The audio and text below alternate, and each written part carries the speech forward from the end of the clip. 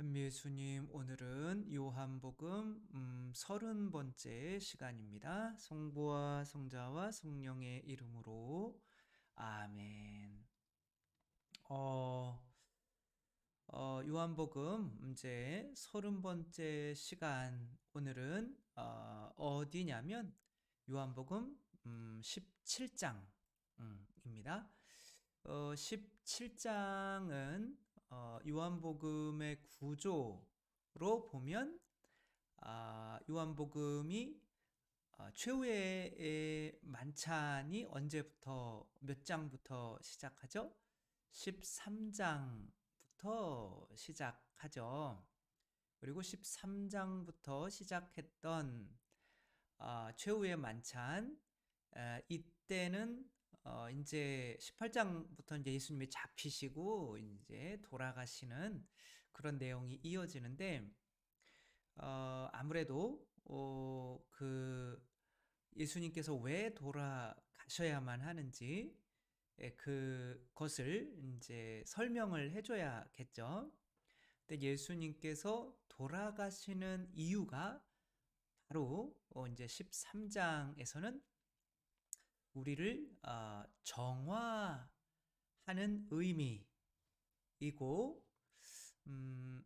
그래서 한번 보면 요한복음 13장에 보면 우리가 한거로 보면 표징에서 파스카로, 그러니까 예수님께서 아버지께 돌아가셔야 되는 것을 아시고 제자들에게 이제 마지막 피를 쏟아서 제자들도 이제 자신들의 피로 누군가를 정화할 수 있는 존재로 만들어 놓는 것이 이제 다시 아버지께로 돌아가는 파스카와 같다라고 설명을 드렸죠.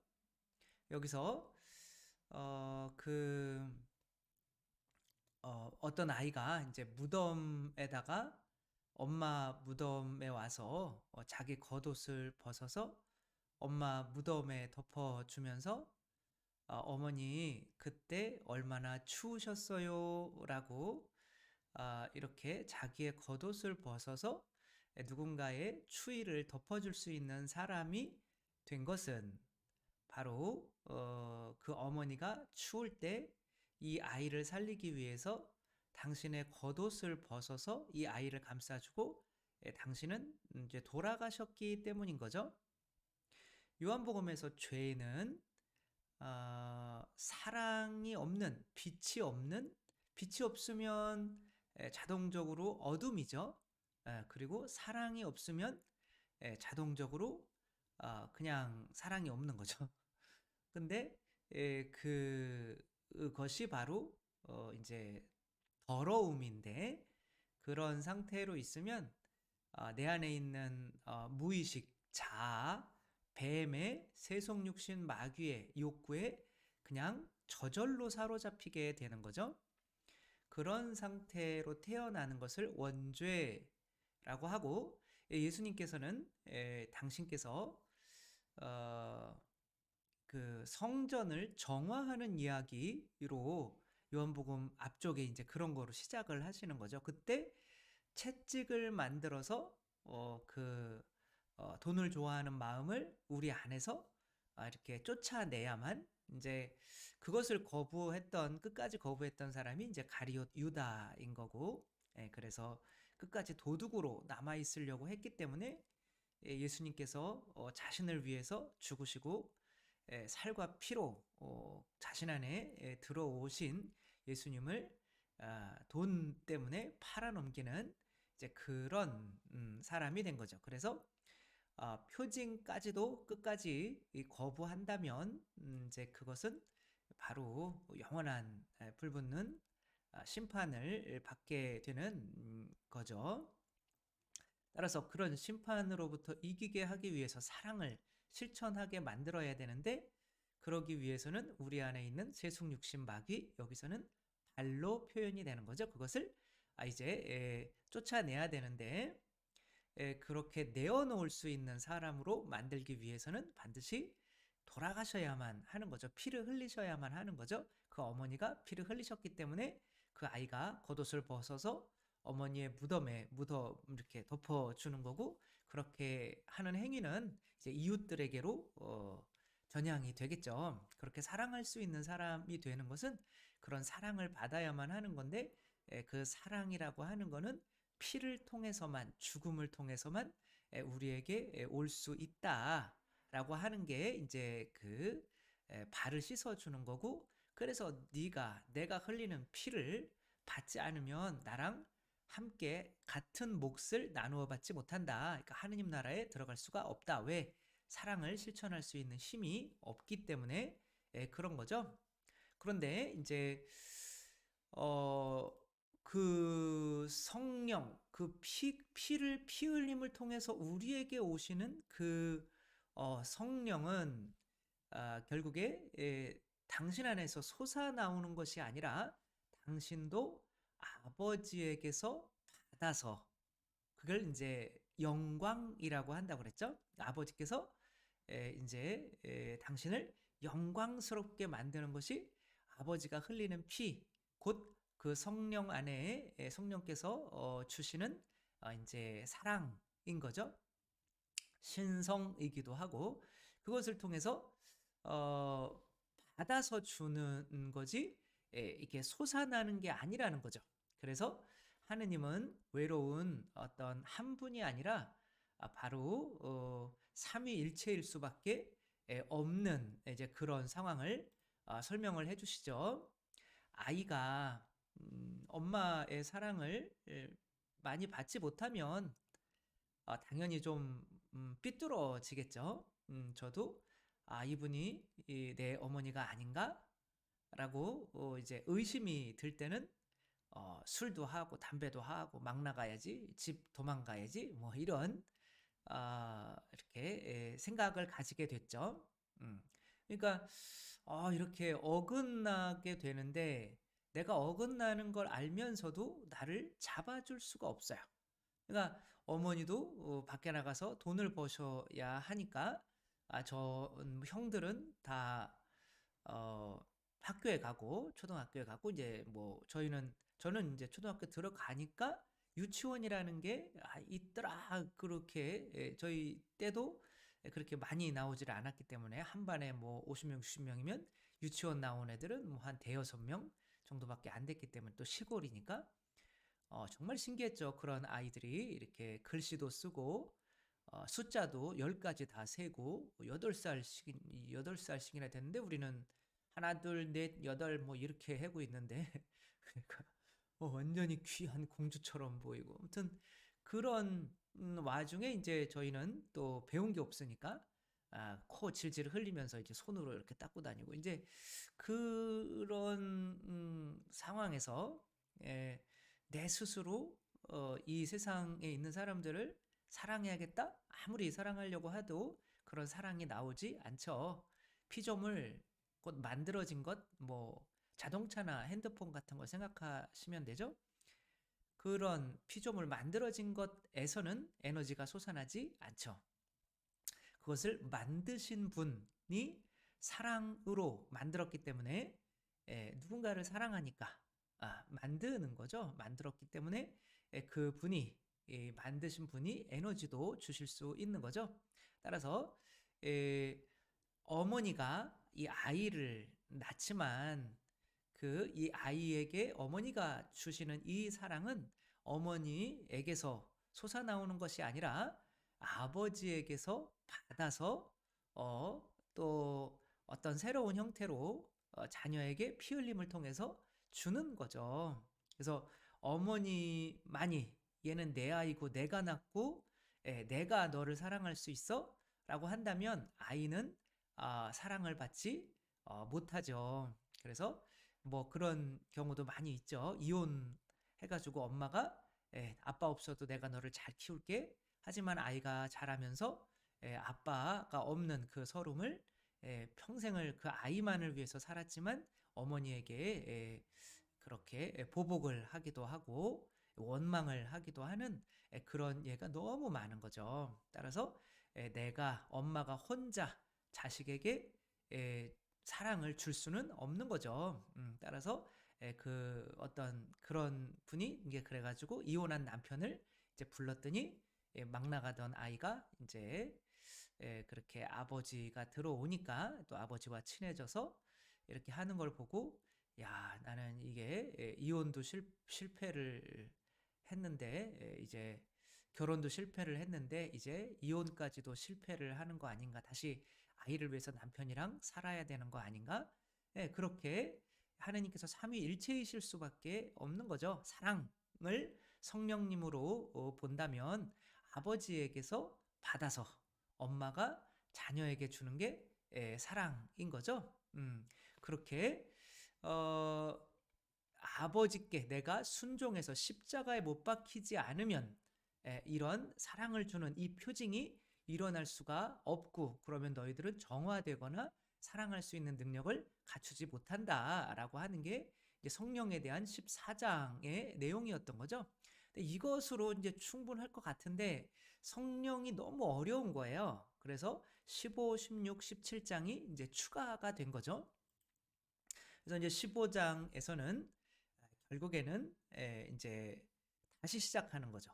엄마에게 붙어 있지 않은 아이는 이제 사랑의 열매를 맺을 수 없다. 내가 너희를 사랑한 것처럼 너희도 서로 사랑해라. 근데 내가 십자가에 못 박혀서 흘리는 이 피를 받지 않으면은 너희는 사랑을 할 수가 없는데, 그 피를 흘리는 나와 붙어 있는 것이 바로 에덴 동산 행복이다라고 말씀을 하고 계신 거죠. 그렇게 행복한 상태에서만, 에덴 동산에서만 누구에겐가 동물에게 이름을 지어주는 이제 사랑을 할 수가 있는 거죠. 어머니가 사랑이 좀 부족한 것 같아서 엄마가 아닌 것 같다라고 할 때는 지옥으로 바뀌죠. 그런 내가 지옥인 상태에서는 누군가를 사랑할 수 있는 여유가 안 생기죠. 왜? 내가 지금 이 지옥을 벗어나기 위해서 내 스스로 할 수 있는 거는, 그래, 내가 돈이 없으니까 고통스러운 거야 라고 하며 돈에 집착하게 되고, 그러니까 오히려 더 늪으로 빠지게 되는 거죠. 내가 이 행복하지 않으니까 육체적인 쾌락이라도 통해서라도 행복해야겠다 라고 해서 또 음란해지고, 또 뭐 많이 먹게 되고, 또 술도 많이 먹게 되고, 그 다음에 이제 내가 행복하지 않은 거는 이 세상에서 힘이 없어서 그렇다. 그러면 이제 교만해지고 어떤 경쟁하기 좋아하고 이기기 좋아하고 하는, 이제 그런데 그런 것 때문에 이제 하느님만이 아니라 이웃들과도 이제 단절되는 그런 지옥의, 완전한 지옥의 상황을 맞이하게 되는 거죠. 따라서 예수님께 붙어 있지 않으면 내가 너희를 사랑한 것처럼 너희도 서로 사랑해라, 이 사랑의 계명을 실천할 수가 없어서 하나님 자녀의 온전한 모습을 갖추지 못하게 된다라고 하는 거죠.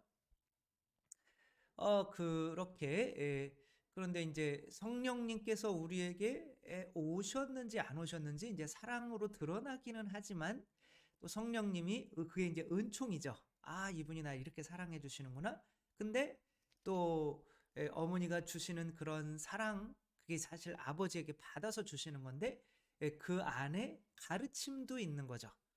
그렇게 성령께서 들어오시니까 죄라는 게 성령을 받지 않은 게 죄구나. 의로움이라는 게 결국에는 그리스도를 입지 않은 게 의로움이구나.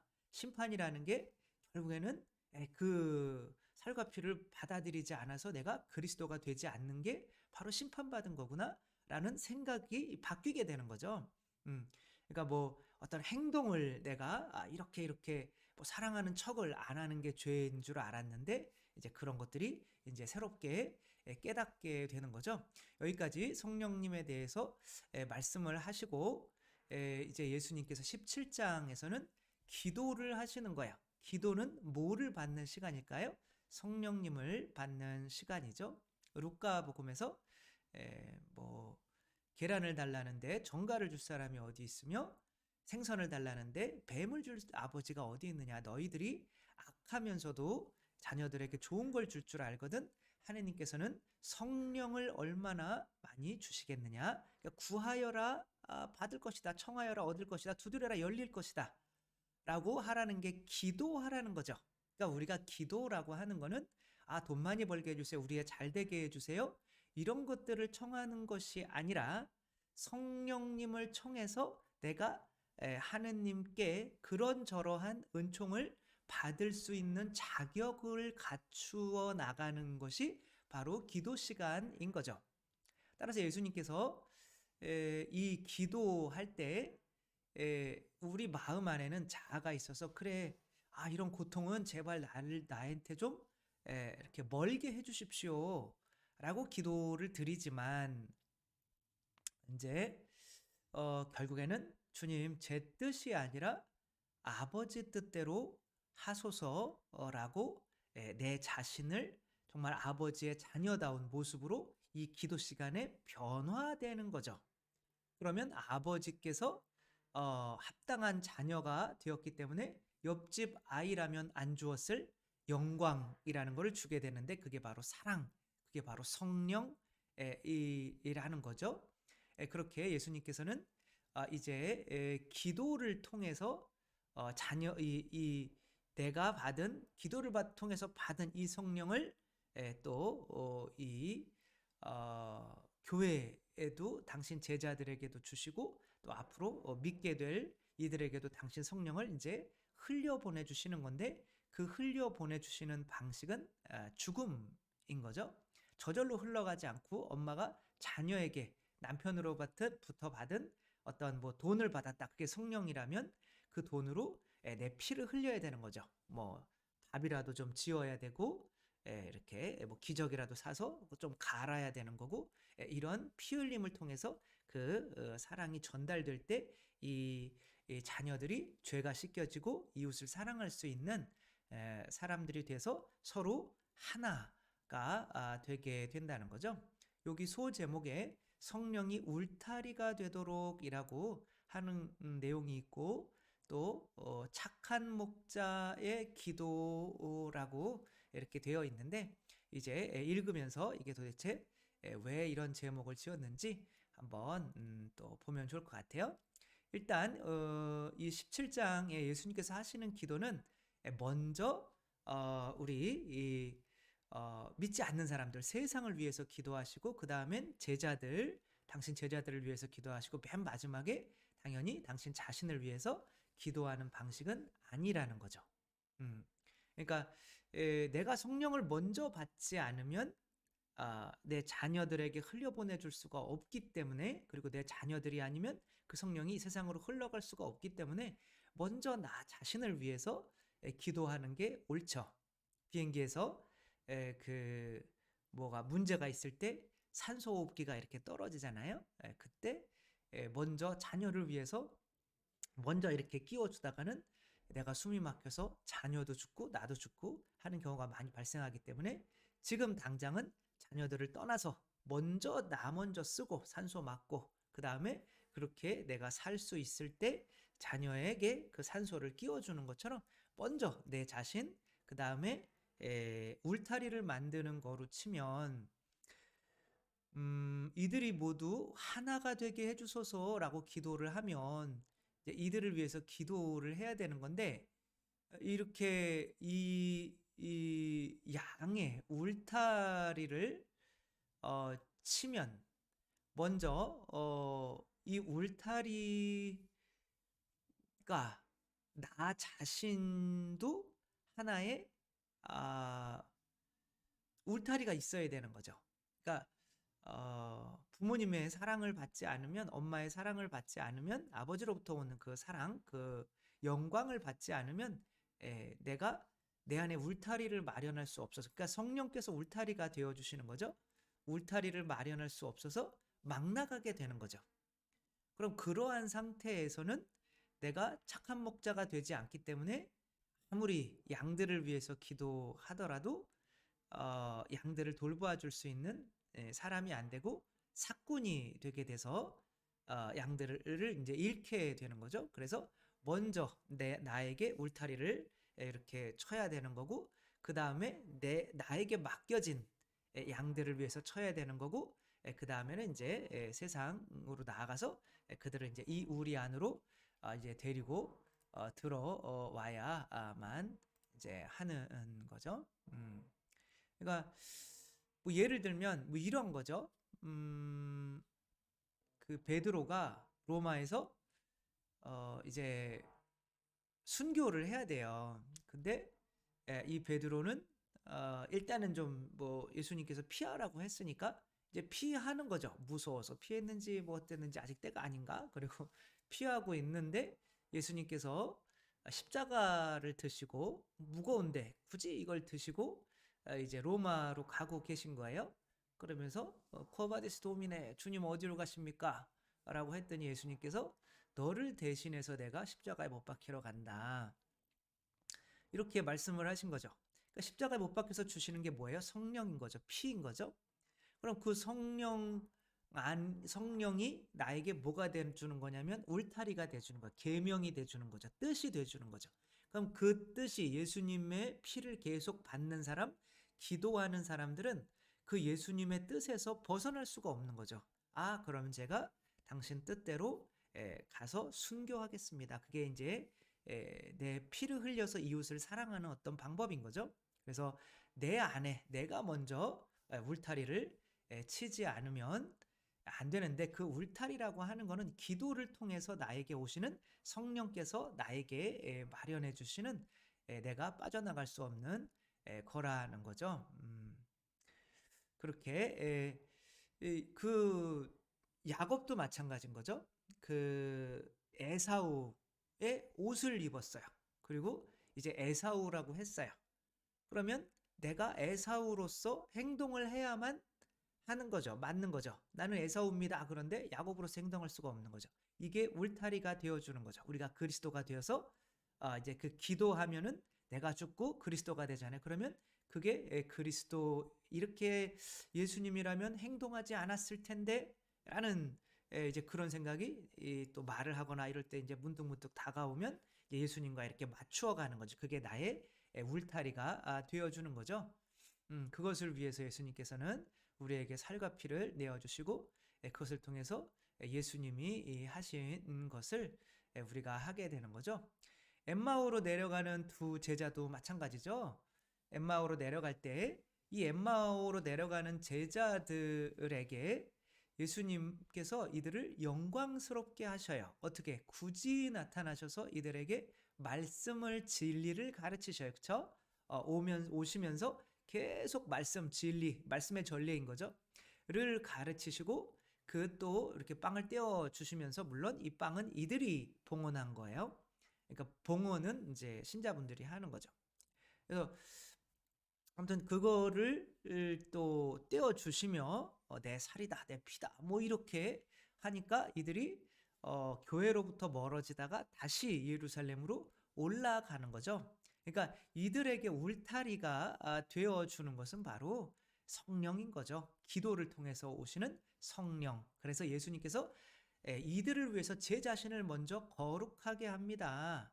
그게 바로 당신 자신을 위해서 먼저 성령을 청하시는 거고, 그 다음에 그것을 이제 이들에게 흘려줄 때 그것이 이들이 서로 하나가 되게 만드는, 이제 갈라지다가 하나가 되게 만드는 힘이, 원천이 되는 거죠. 그것이 바로 성령 강림인 거고, 이 성령 강림이 있다면 하느님 나라에서 지금 예수님께서 아버지와 함께 서로 사랑을 하시지만 또 아버지가 주신 성령을 십자가에 못 박혀서 우리에게 피로 지금도 우리가 기도할 때마다 흘려주신다는 것을 우리가 알아야겠죠.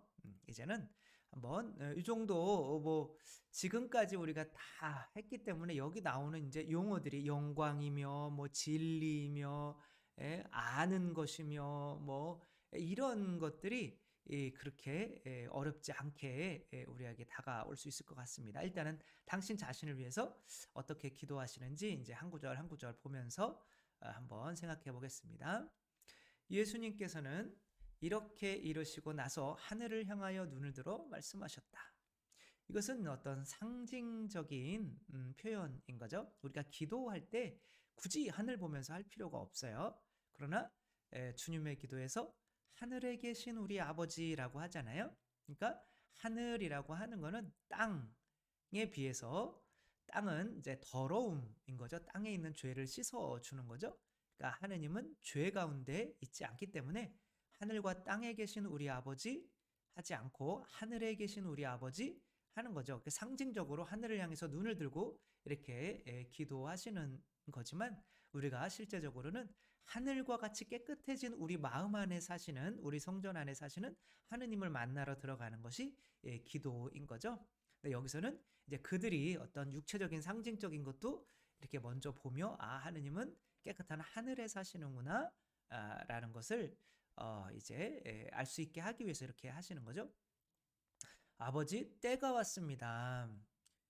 이제 여기에는 정말 뭔가 다 예언되어 있고 그런 예정되어 있다는 그런 것들이 있는데 우리는 기본적으로 예정설이라고 하는 것을 거부하죠. 왜냐하면 그것은 하나님께서 인간을 존중해서 주실 수 있는 가장 큰 선물이 자유죠. 인간의 자유의지가 무시되는 거고 인간이 자유의지대로 판단하지 않았다면 심판에 대한 근거가 없기 때문에 인간 그런 하느님께서 정의롭지 않으시게 그냥 인간이 어떤 잘못도 없는데 지옥 보내고 뭐 잘한 것도 없는데 천국 보내고 하는 그런 식의 잘못된 그런 칼뱅의 애정론으로 가지 않기 위해서는 우리가 이제 이런 때가 왔습니다.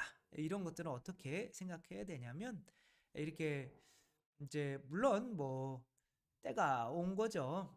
그렇게 예수님께서는 아직 때가 이르지 않으셔서 잡히지 않으셨다라고 하는 것처럼 저희들도 하느님께서 정해주신 때가 있겠죠. 하느님께서 와라라고 하면 오는 거고 가라 그러면 가는 건데 더 살아라 그러면 사는 건데 우리 생명의 주인은 어쨌거나 하느님이시고 우리가 언제 살고 더 살고 태어나고 또 언제 죽어야 되는지는 하느님께서 사랑이시기 때문에 가장 좋은 때를 이제 마련해 놓으신 거고 기도를 통해서 그 때를 아시는 거죠. 이런 상황에서 이제 때가 온 것을 아시는 거죠. 이 때라는 거를 알면 평상시에 나 죽으면 어떡하나 이런 걱정은 하지를 않게 되는 거죠. 그러니까 예수님께서 때가 왔습니다 라고 하는 거는 지금까지 당신의 어떤 삶을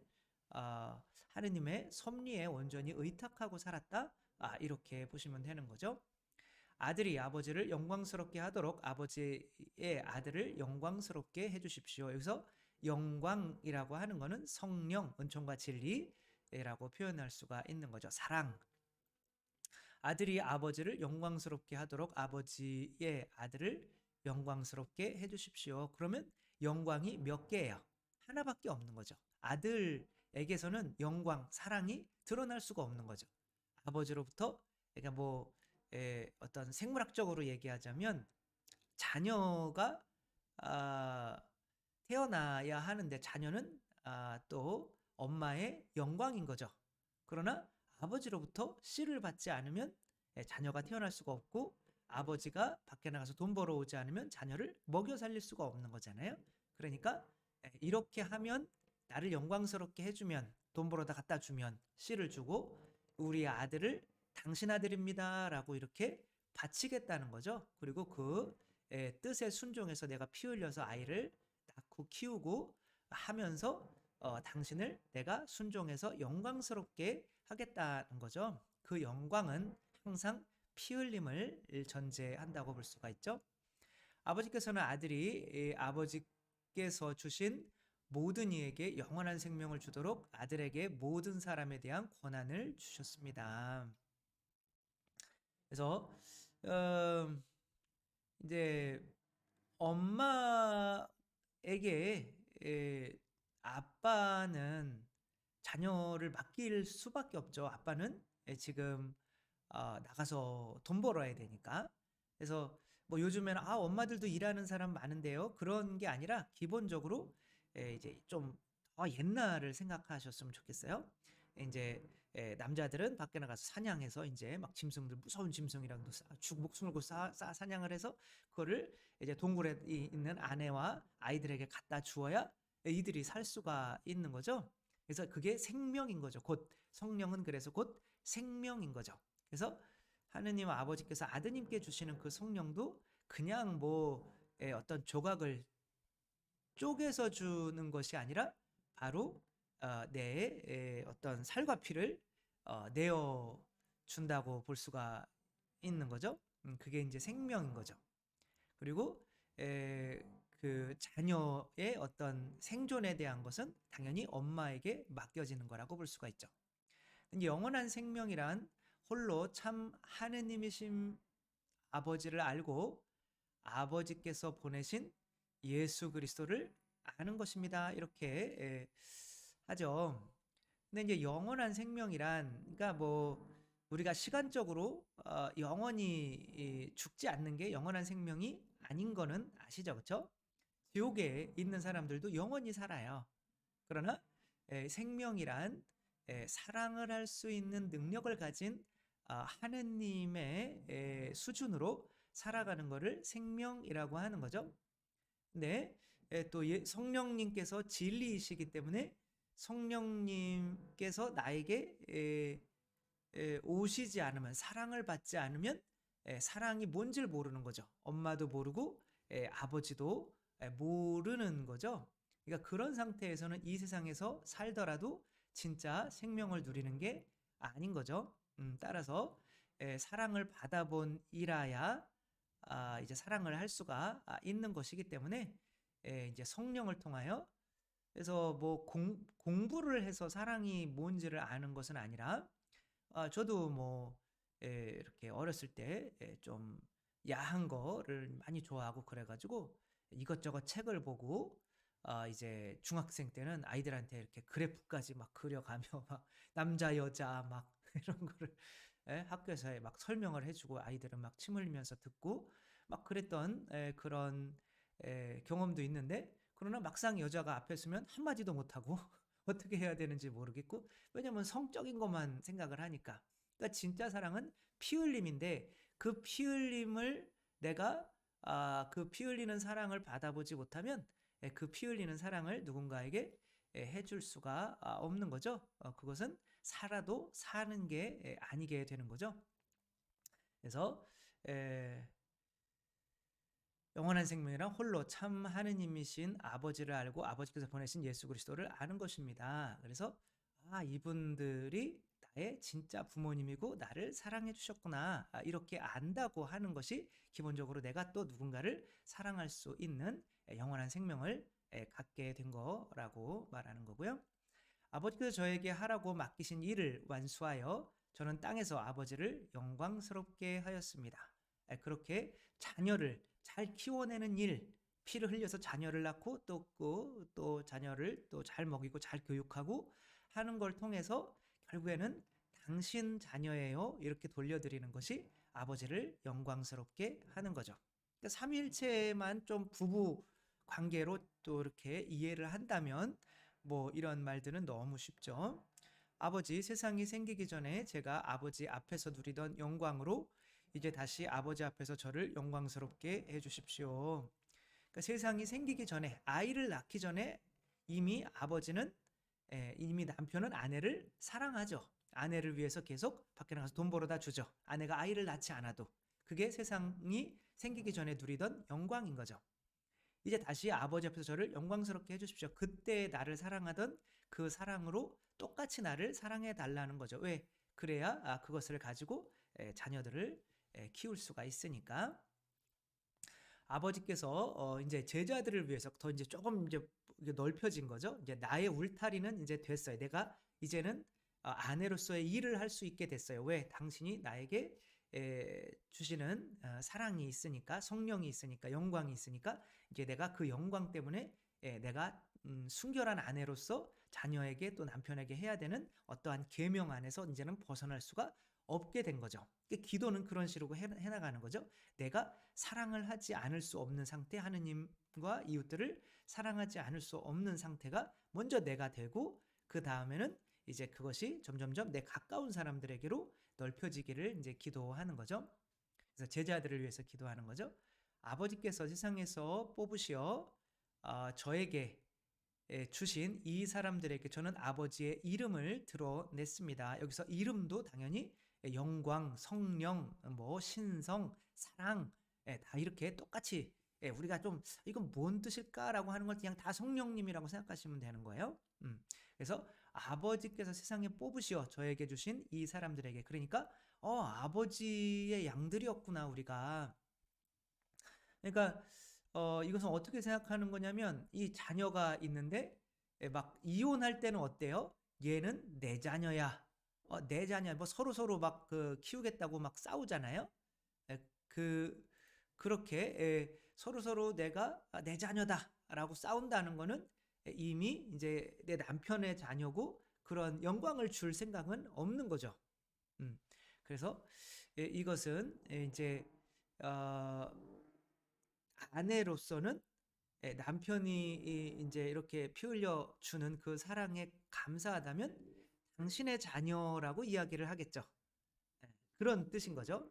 미리 정해졌다는 게 아니라 당연히 이렇게 사랑을 하는 사람은 그 중국에서 8년 동안 뇌사 상태로 있다가 남편이 그냥 간호해가지고 8년 만에 아내를 깨워냈단 말이에요.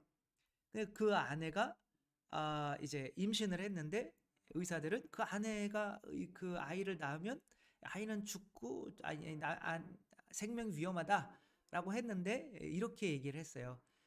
남편이 나를 죽음에서 건져줬는데 나도 남편의 자녀를 낳아줘야 되지 않냐. 이렇게 사랑을 할 때는, 내가 그만큼 사랑을 받았다고 느낄 때는 이 자녀가 남편의 자녀라고 여기는 거지 내 자녀야 혼자 키우는 게 아니잖아요. 계속 이런 그런 메커니즘 안에서 이해를 하시면 좋을 것 같아요. 이들은 아버지의 사람들이었는데 아버지께서 저에게 주셨습니다. 그래서 이들은 아버지의 말씀을 지켰습니다. 이제 이들은 이제 아버지의 뜻을 이제 엄마가 자녀들에게 일러주는 거죠. 아버지는 이렇게 사는 것을 원한단다. 이제 이들은 아버지께서 저에게 주신 모든 것이 아버지에게서 왔다는 것을 알고 있습니다. 여기서 모든 것이라고 하는 것도 영광, 이름, 뭐 성령, 뭐 사랑, 신성, 뭐 다 똑같은 말인 거죠. 이제 자녀들을 제대로 교육한다면, 이게 엄마만의, 아빠는 다 필요 없어. 엄마가 너 키운 거야. 이런 거는 그렇게 키우면 자녀는 이제 나중에 진짜 삐뚤어 나가죠. 그래서 너가 보지를 못해서 그렇지, 내가 너에게 주는 젖도 다 아버지가 사냥해 온 그 음식을 먹고 나오는 거고, 내 살과 피도 다 너에게 주는 것도 내가 주는 게 아니라 아버지로부터 온 거야 라고 가르치는 것이 훌륭한 어머니인 거죠. 아버지께서 저에게 주신 말씀을 제가 이들에게 주고, 또 이건 가르침인 거죠. 진리. 이들은 또 그것들을 받아들였기 때문입니다. 그리하여 이들은 제가 아버지에게서 나왔다는 것을 참으로 알고 아버지께서 저를 보내셨다는 것을 믿게 되었습니다. 그래서 어머니는 내가 너희들을 얼마나 고생하며 키웠는데가 아니라 너희 아버지 없었으면은 너희들 내가 이렇게 해줄 수도 없었고 살 수도 없었어. 그러니까 이게 아버지께 영광을 돌리는 일인 거죠. 저는 이들을 위하여 빕니다. 세상을 위해서가 아니라 아버지께서 저에게 주신 이들을 위하여 빕니다. 이제 세상이라고 하는 것은 이 요한복음에서는 하나님께서 이 세상을 너무나 사랑하시어 당신의 외아들을 내주셨는데, 거기서 3장 16절에서 딱 한 번 긍정적으로 쓰이고, 나머지는 요한복음에서는 유다인과 마찬가지로 믿지 않는 하느님을 거부하는, 표징을 보고도 거부하는 심판받은 이들을 위해 하는 거죠. 이미 심판받은 이들, 여기에 이제 가룟 유다도 들어가는 거죠. 세상을 위해서가 아니라 아버지께서 저에게 주신 이들을 위하여 빕니다. 그래서 우리가 지옥에 간 분들을 위해서 기도해 주면 안 되냐? 기도해봐야 소용이 없는 거죠. 기도라고 하는 거는 내가 성령을 받아서 성령을 주는 일인데, 그 하느님의 귀한 은총을 정말 진주를 개에게, 돼지에게 주는 거는 말도 안 되는 거죠. 이들은 그 왜 이렇게 협소하냐 이렇게 할 수 있지만 하늘에 계신 우리 아버지라고 하잖아요. 그 우리 이를 위해서 하는 거지. 이렇게 회개를 표징을 보고도 믿지 않으려고 하는 이 세상을 위해서는 어차피 멸망해 버릴 이 세상을 위해서는 뭐 굳이 지금 기도할 필요가 없는 거죠. 당장 급한 거는 내 자녀들인 거죠. 이들은 아버지의 사람들이기 때문이다. 저희 것은 다 아버지의 것이고 아버지의 것은 제 것입니다. 그러니까 남편은 몇 프로 갖다 주나요, 여러분들에게? 한 30% 갖다 주나요? 그럼 이혼하겠죠, 그렇죠? 그래서 곧 100% 주잖아요. 그러니까 이렇게 100% 주는데 이제 엄마에게 전부는 자녀잖아요. 그럼 나도 자녀를 당신 겁니다. 이렇게 드리는 거죠. 그래서 저희 것은 다 아버지의 것이고 아버지의 것은 제 것입니다. 이 사람들을 통하여 제가 영광스럽게 되었습니다. 그러니까 엄마의 영광은 자녀들인 거죠. 그래서 자녀들이 엄마의 뜻을 잘 따르고 순종하고 있다면 마찬가지로 당신이 아버지께 그렇게 하는 것처럼 자녀들이 이 어머니를 영광스럽게 하게 되는 거죠.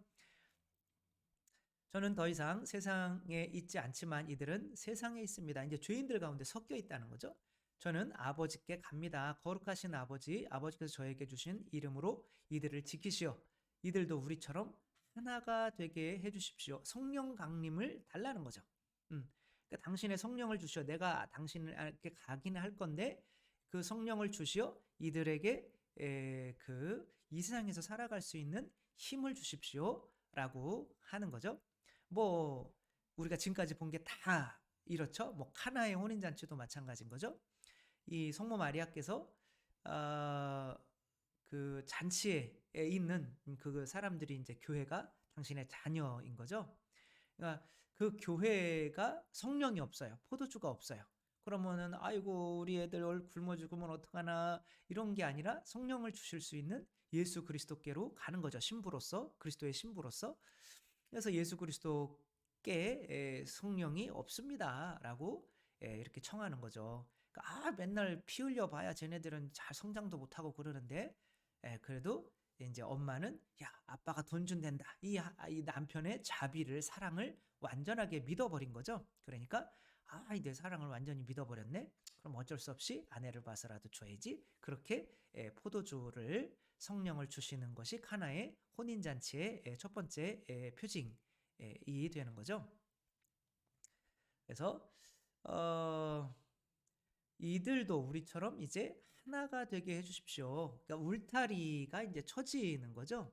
그래서 이거 만약에 이렇게 자녀들끼리 서로 사랑하는 모습을 만약에 본다면 누나가 조그만 동생 꼬마의 신발끈을 이렇게 묶어주는데 엄마 아빠는 놀고 있죠. 아무것도 안 하고 이런 게 더 기쁠까요? 아니면은 엄마가 막 그냥 해주면서 너는 엄마 아니면은 넌 살아갈 수가 없어 세상에서 넌 그런 존재야가 더 적당한 걸까요?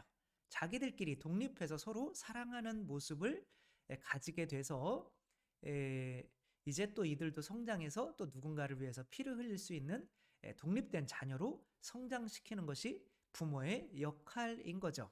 그래서 지금은 뭐 대학교 4학년인데도 아이가 시험을 못 보면 그게 그 뭐죠? 2.0 밑으로 막 내려가고 그러면 엄마한테 그 경고 문자가 온대요. 얘 이렇게 공부를 안 했다. 아니, 애들이 20대 중반인데도 그 아이들이 공부를 안 한 거를 왜 엄마한테 보냈냐고요. 그러니까 우리나라 자체가 아이들의 자존감, 우리 스스로 할 수 있다는 이런 것이 없는 거죠. 그러니까 엄마는 최대한 자녀들끼리 사랑할 수 있는 하나가 될 수 있는 울타리를 만들어 놓고 떠나는 것이 자녀들을 위해서 자녀들을 존중해주고 자녀들이 이 세상에서 사랑하며 살 수 있는 독립된 자녀로. 그래서 예수님께서 승천을 하시는 거예요. 니네끼리 한번 해봐. 할 수 있어. 그래서 그 성령을 계속 보내주시면서 그 성령을 받아서 이제 그 사랑의 울타리, 그게 교회가 되는 거죠. 그 교회 안에서 우리가 서로 사랑할 수 있게 하시면 이제 그 어머니의 역할은 끝나는 거죠. 근데 하느님 나라에서 계속 보내주시기는 하는 건데, 그래서 이제 이렇게 울타리를 이제 쳐놓고 거기서 이제 보호하면서 양식도 주면서 이제 가만히 있는 거죠. 이들끼리 성장할 수 있게. 그래서 그또 99마리 그 마테오복음 비유가 있잖아요. 그게 이제 산에다가 이렇게 울타리를 쳐놓고 이제 문 막아놓고 그러면은 늑대도 못 들어가고 이제 이 안에서 서로 풀 뜯어먹고 서로 사랑하면서 이렇게 되는 거예요. 99마리가. 그제가 되면 이제 잃어버린 양을 이제 찾아서 또 이제 나아가야 되는 거죠. 그렇게 목자로서 엄마로서 이제 그렇게 차인표 씨, 신혜라 씨 부부도 마찬가지인 거죠. 이 자녀들 어느 정도 신앙도 이렇게 해놓고 이들끼리 이제 잘 성장할 수 있어요. 이제 그러면 엄마는 이들을 떠나야 되는 거예요. 그 다음에 입양을 2명 아이를 했죠. 네, 그러면 이 밖에 나가서 잃어버린 양을 구해오는 거죠. 그리고 같은 우리에 넣는 거예요. 그럼 이들이 서로 사랑하면서 이렇게 사랑할 수 있는 능력이 키워지는 거고, 이제 그건 또 잘 되니까 어떻게 되는 거예요? 또 다른 나라의 불쌍한 아이들을 더 많이 입양을 해서 그 아이들에게 또 키워 나가는 거죠. 이것이 바로 착한 목자의 모범인 거죠. 내 자식을 떠나야 되는데 떠나지 못하고 계속 그렇게 집중하게 하다 보면 나는 엄마 없으면 아무것도 못하는 존재구나 라고 하며 자존감이 떨어지고 마마보이, 마마걸 뭐 이렇게 될 수밖에 없죠. 그러니까 저는 더 이상 이 세상에 있지 않지만 이들은 세상에 있습니다. 바로 그런 뜻인 거죠. 저는 아버지께 갑니다. 당신에게 가고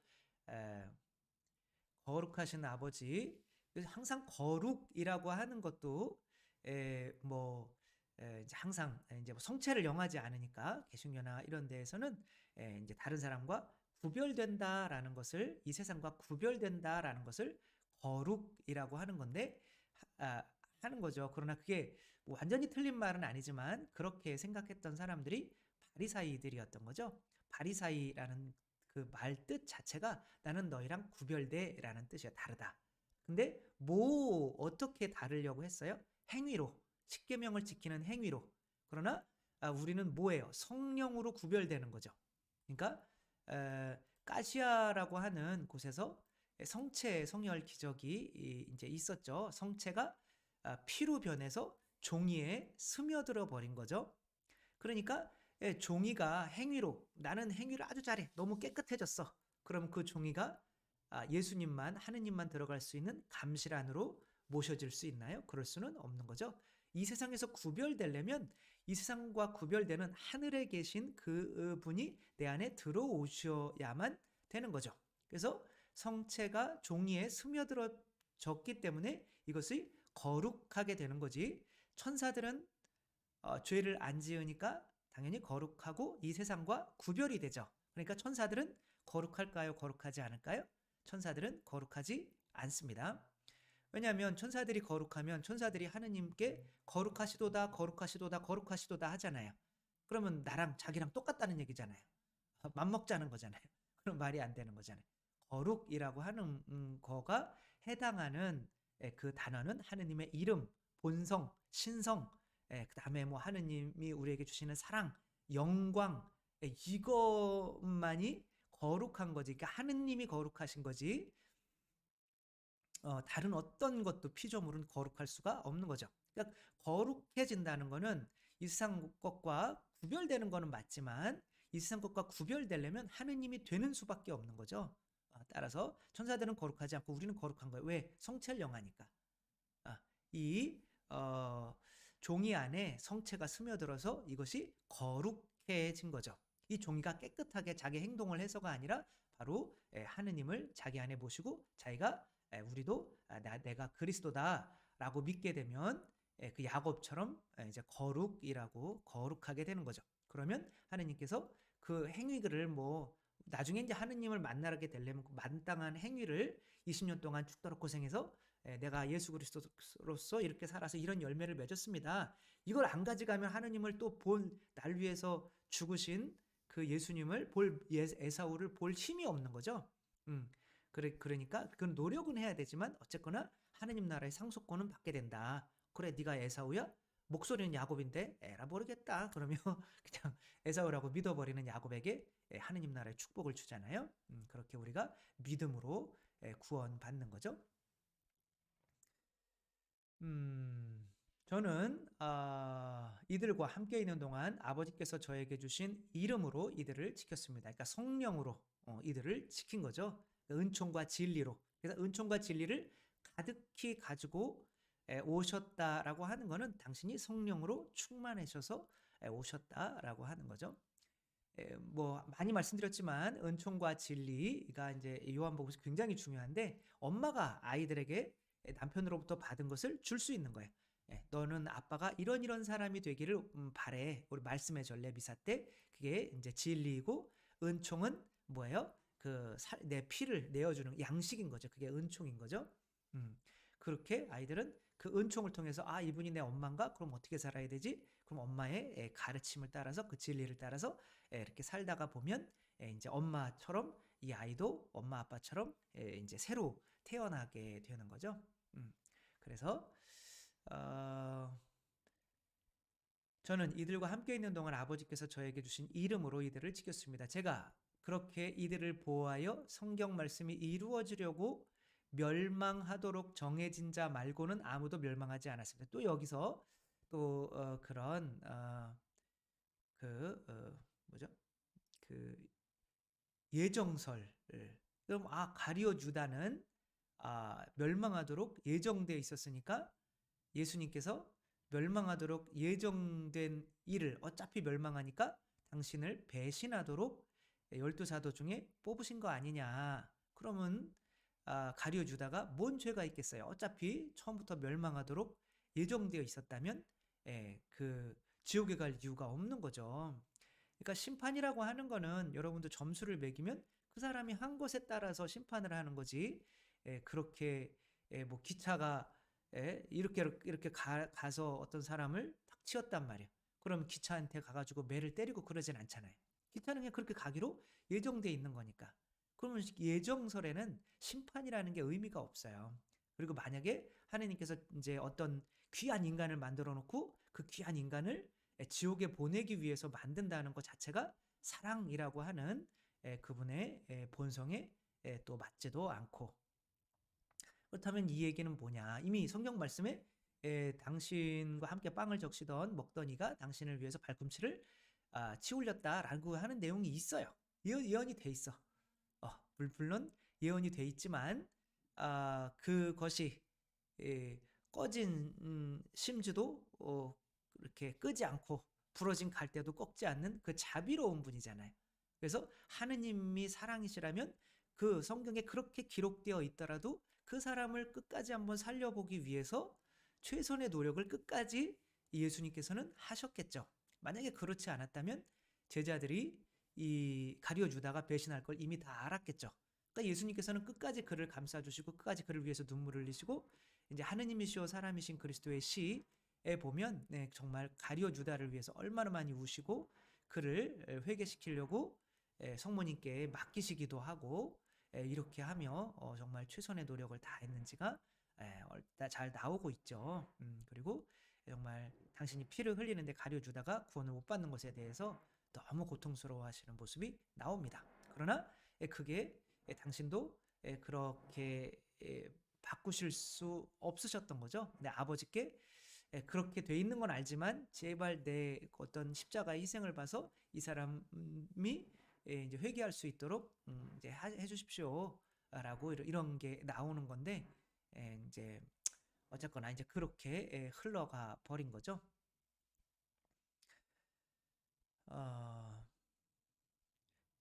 저는 아버지께 갑니다. 제가 세상에 있으면서 이런 말씀을 드리는 이유는 이들이 속으로 저의 기쁨을 충만히 누리게 하려는 것입니다. 여기서 이제 기쁨, 평화, 사랑이 나오죠. 그것은 바로 성령의 열매인 거죠. 아이들이 이 부모님이 나를 사랑하시는구나. 그리고 나도 엄마 아빠처럼 자녀를 낳고 키울 수 있는 그런 창조자의 지위에 있구나. 이게 이제 기쁨인 거죠. 저는 이들에게 아버지의 말씀을 주었는데 세상은 이들을 미워하였습니다. 왜냐하면 구별되니까. 제가 세상에 속하지 않은 것처럼 이들도 세상에 속하지 않기 때문입니다.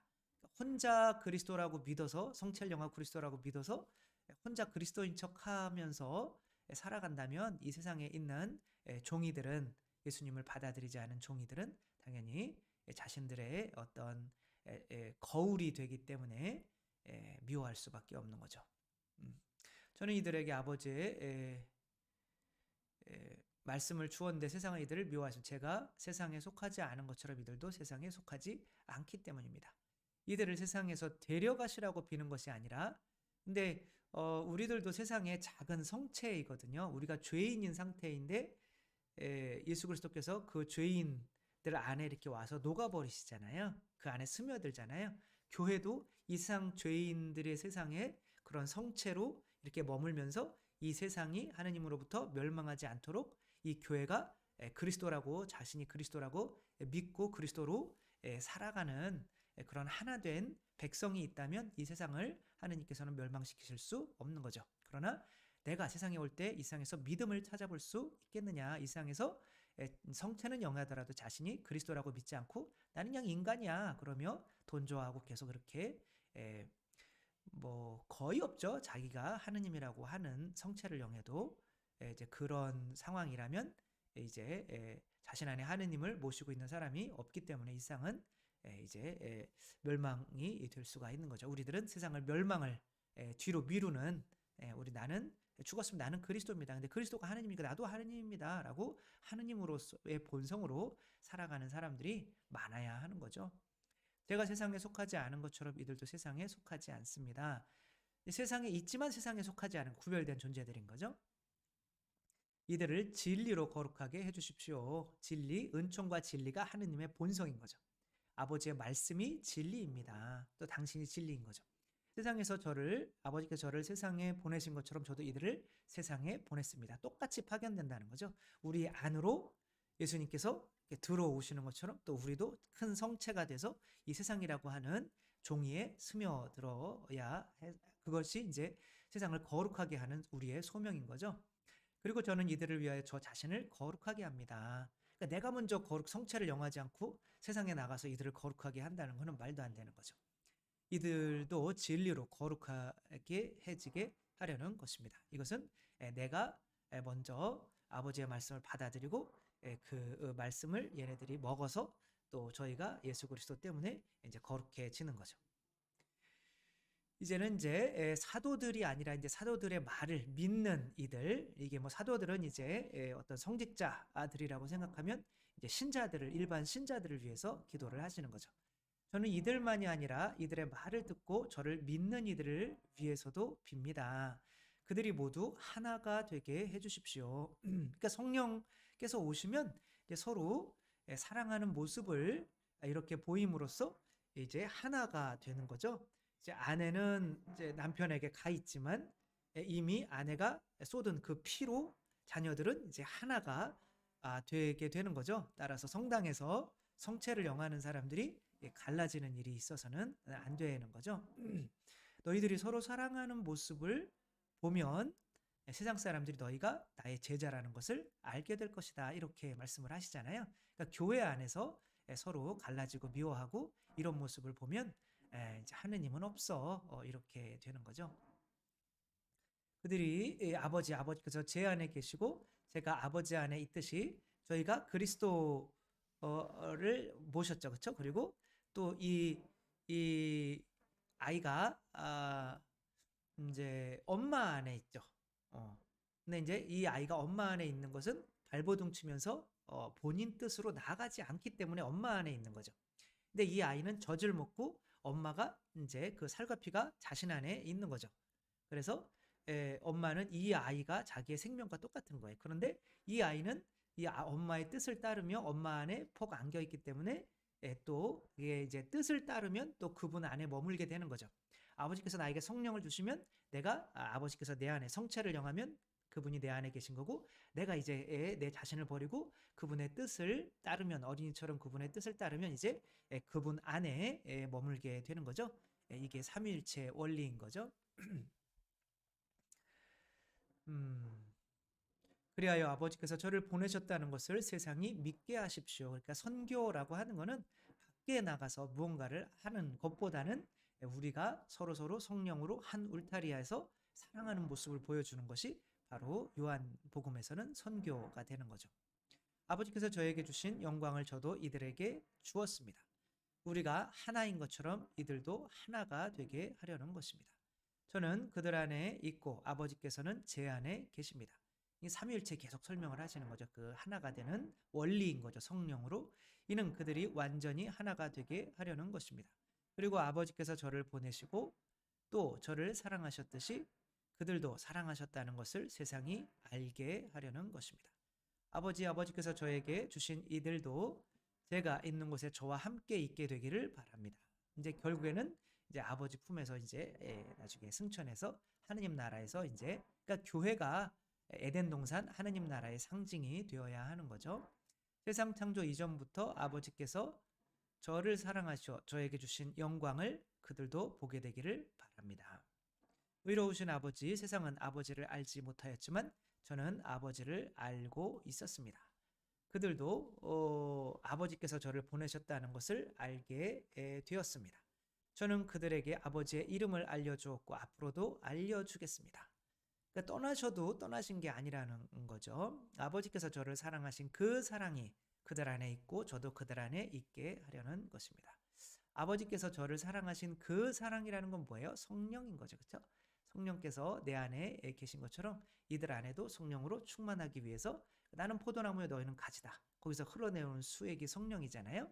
피가 성령이잖아요. 그래서 예수 그리스도 안에서 우리 모두가 정말 한 가족이 되는 거죠. 하느님 안에서 한 가족이 되는 이러한 신비를 이 기도로 이렇게 정리를 마지막 정리를 해주시고 이쯤 되면 내가 피를 흘리고 너희를 위해서 죽어야 되는지 알겠지? 라고 하시며 이제 에덴동 저기 이제 올리브 동산에 가서 이제 잡히러 가는 이야기가 나오는 거죠.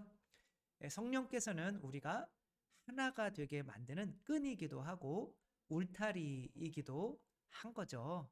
그렇게 예수님께서 한 분이 신 예수님께서 이 사도들을 한 울타리 안에 모으셨고 또 이 사도들은 또 자신들이 그 받아서 흘려주는 피를 통해서 또 더 많은 교회의 사람들이 이 하나가 되게 만든 거죠. 이게 교회가 하나가 되는 신비인 거죠.